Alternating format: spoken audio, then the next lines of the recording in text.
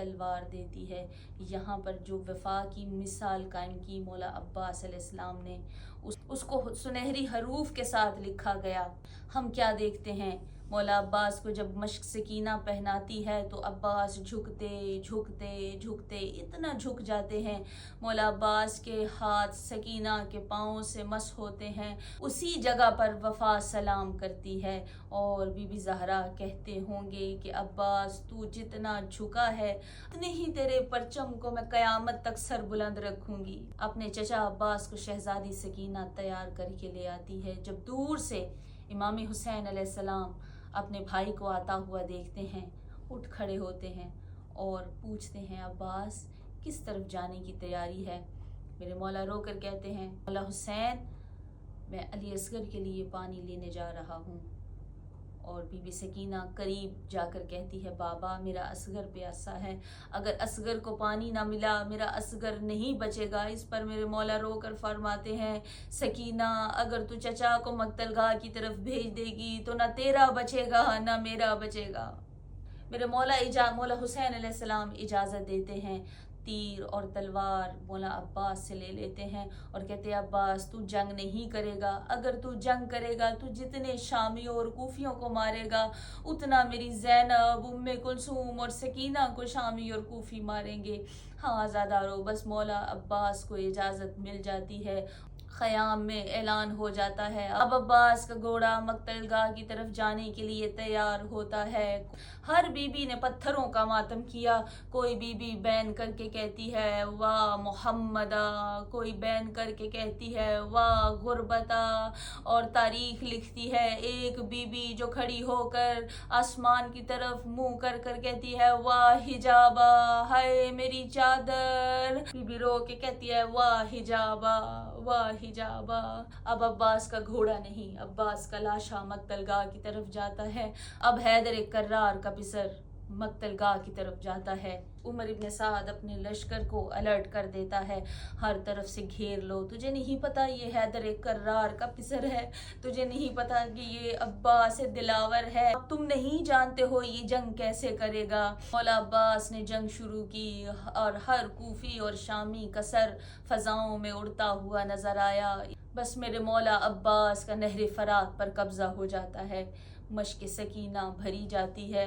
مولا عباس پانی لے کر خیام کی طرف جاتے ہیں کہ شامی اور کوفی مل کر مولا عباس پہ حملہ کرتے ہیں، عباس کو دھوکے سے مارو، اور اعلان کیا جاتا ہے دیکھ عباس زینب بنت علی کے خیمے میں آگ لگ گئی ہے، اور اعلان کیا کہ عباس خیام میں پانی نہ لے جائے، اگر عباس خیام میں پانی لے کر گیا تو جنگ ہم ہار جائیں گے۔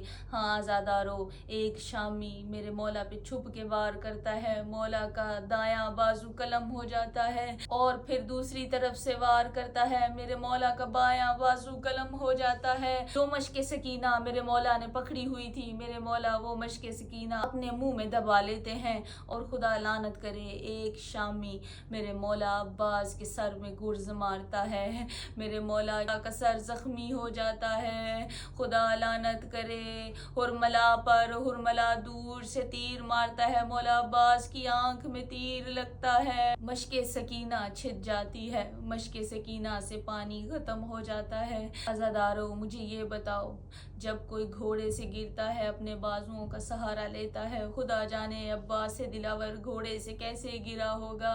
جب میرے مولا زین سے زمین پر آئے تو دور سے امام حسین نے دیکھا میرا عباس گر گیا ہے، خدا جانے کس طرح اٹھتے بیٹھتے حسین عباس کے لاشے پر آیا اور اپنے زانوں پہ عباس کا سر رکھا، اور میرے مولا حسین رو کے کہتے عباس دیکھ تیرے بعد میں غریب ہو گیا، یہ میں غریب الوطن حسین، اکبر کے بعد میری آنکھوں کا نور چلا گیا، عباس تو میری کمر کا زور تھا، عباس تو میرا بھائی تھا، تیرے بعد میں زینب اور کلثوم کا برقع کیسے بچاؤں گا۔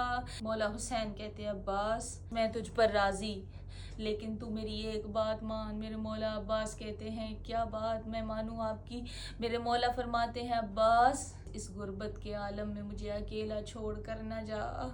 عباس دیکھ، نہ میرے پاس اکبر ہے، نہ قاسم ہے، نہ اونو محمد ہے۔ عباس ایک ایک کر کے سب چھوڑ گئے، اب تو اس عالم غربت میں مجھے چھوڑ کر نہ جانا۔ مولا عباس یہ سن کر دونوں ہاتھ اپنے ماتھے پر رکھ کے سلام کرتے ہیں، کہتے ہیں مولا میں آپ کا غلام ہوں، مولا آپ میرے آقا ہیں۔ مولا حسین رو کے کہتے ہیں اس عالم غربت میں مجھ پر ایک احسان کرو۔ وہ کیا احسان تھا زادارو؟ مولا حسین رو کے کہتے ہیں عباس ایک دفعہ مجھے بھائی کہہ کے پکار، اس عالم غربت میں میرے پاس کوئی نہیں، تو مجھے بھائی کہہ کر پکار۔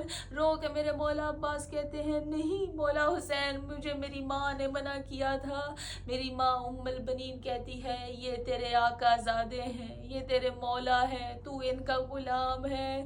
رو کے میرے مولا حسین کہتے ہیں میں تیری ماں کا ضامن ہوں، ایک طرف دیکھ میری ماں زہرا پہلو پہ ہاتھ رکھے تجھے رو کر کہہ رہی ہے میرے حسین کو عالم غربت میں اکیلا نہ چھوڑ، میرے حسین کو ایک دفعہ بھائی کہہ کر پکار۔